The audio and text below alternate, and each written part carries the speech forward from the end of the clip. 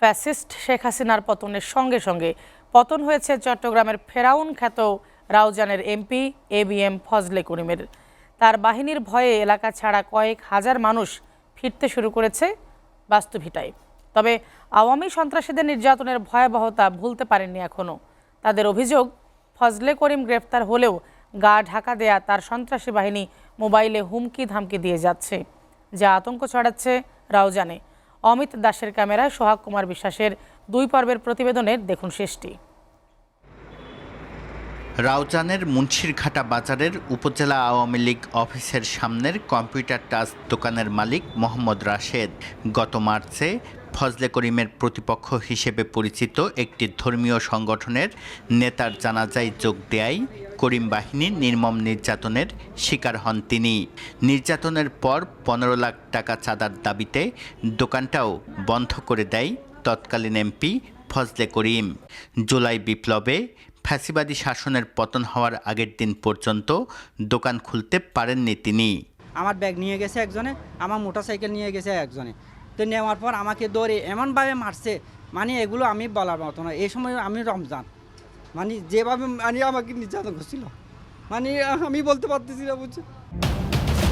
ফজলে করিমের ভয়ে পালিয়ে যাওয়া হাজারো মানুষ ফিরতে শুরু করেছে রাউজানে। কেউ রাজনৈতিক প্রতিপক্ষ হওয়ার কারণে, আবার কেউ পারিবারিকভাবে সম্পদশালী হওয়ার অপরাধে রোষে পড়েন ফজলে করিমের। টাউন থেকে দৌড়িয়ে এনে এই আয়না করে নির্যাতন করে রেজিস্ট্রি দিতে বাধ্য করে জায়গা নিয়ে গেছে। এদের রেজিস্ট্রির অফিসে যাইতে হইতো না, এদের এমন গিয়াছিল এরা, এখানে সই একটা নিতে পারলে এরা কি করে ফেলতো।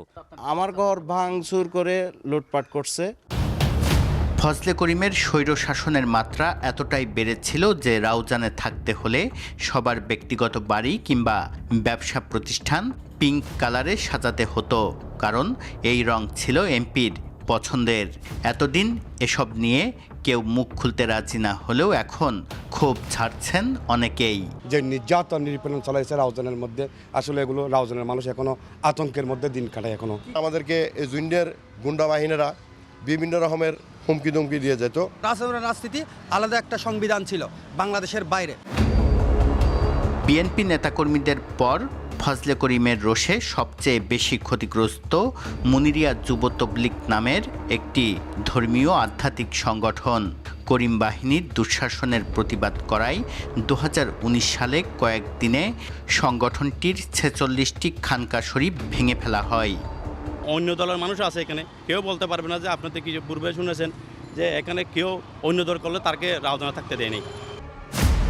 স্বৈরাচারী হাসিনার পতনের পর ফজলে করিম ও তার বাহিনীর দৃষ্টান্তমূলক শাস্তির দাবিতে নানা কর্মসূচি পালন করছে রাউজানে 16 বছর নির্যাতনের শিকার সাধারণ মানুষ।